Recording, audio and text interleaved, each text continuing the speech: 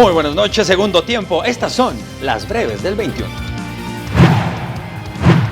La CONCACAF dio a conocer las fechas y los horarios de las semifinales de la Liga de Campeones CONCACAF 2019. El miércoles 3 de abril, los Tigres recibirán a Santos Laguna a las 20 horas y la vuelta se jugará el miércoles 10 de abril en punto de las 19 horas. En la otra llave, Rayados recibirá al Sporting Kansas City el jueves 4 de abril a las 20 horas, mientras que la vuelta será en territorio estadounidense el jueves 11 del mismo mes a las 20 horas.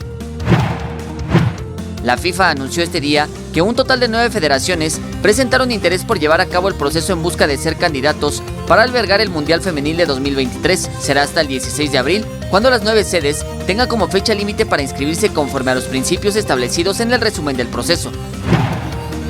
El nadador olímpico Kenneth Tu, principal exponente de Hong Kong en esta disciplina, falleció a los 26 años después de un entrenamiento en Florida, Estados Unidos, tras aquejar malestares. Tu realizaba una sesión de entrenamiento el pasado lunes y, pese a recibir atención médica, no fue suficiente para mantenerlo con vida. Sumó 6 medallas en los Juegos Mundiales de Olimpiadas Especiales que se celebran en Abu Dhabi.